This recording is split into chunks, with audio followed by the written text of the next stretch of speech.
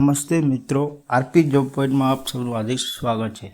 જો પણ તમે રેશન કાર્ડના ધારક છો તો આજનો વિડીયો તમારા માટે ખૂબ જ મહત્ત્વનો છે।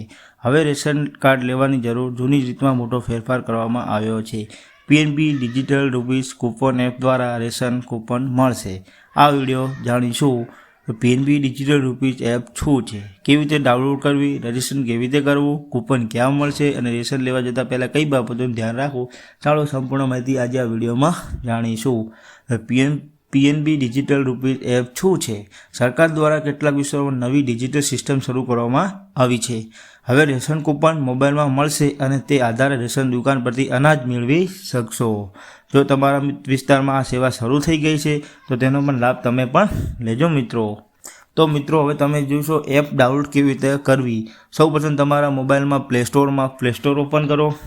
ત્યારબાદ પ્લે સ્ટોરમાં સર્ચ બોક્સમાં તમે લખો PNB digital rupees app search કરો। ત્યારબાદ એનું સિમ્બોલ તમને જોઈ શકો છો મિત્રો। ઓફિશિયલ એપ ઇન્સ્ટોલ કરો। એપ ખુલ્યા પછી જરૂરી પરમિશન અલાઉ કરો। રજિસ્ટ્રેશન પ્રોસેસ મિત્રો વાત કરીએ, પછી તમારો મોબાઈલ નંબર દાખલ કરો, ઓટીપી વેરીફાઈ કરો। જો ફોનમાં 2 સિમ નંબર હોય તો રેશન કાર્ડ સાથે જે જોડાયેલ નંબર પસંદ કરવો।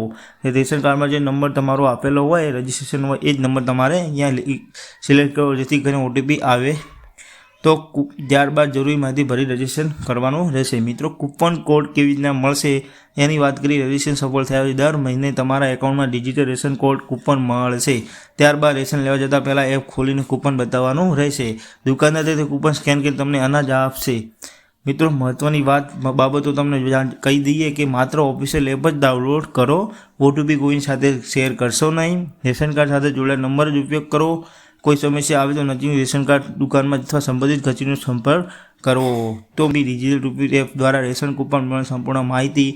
જો વિડીયો ગમ્યો હોય તો લાઇક અને કરો, શેર કરો અથવા આવી જ સરકારી યોજના, ભરતી અને અપડેટ માટે આરપી જોબ પોઈન્ટને સબસ્ક્રાઈબ કરવાનું ભૂલશો નહીં। આભાર, ફરી મળીએ નવા વિડીયોમાં મિત્રો।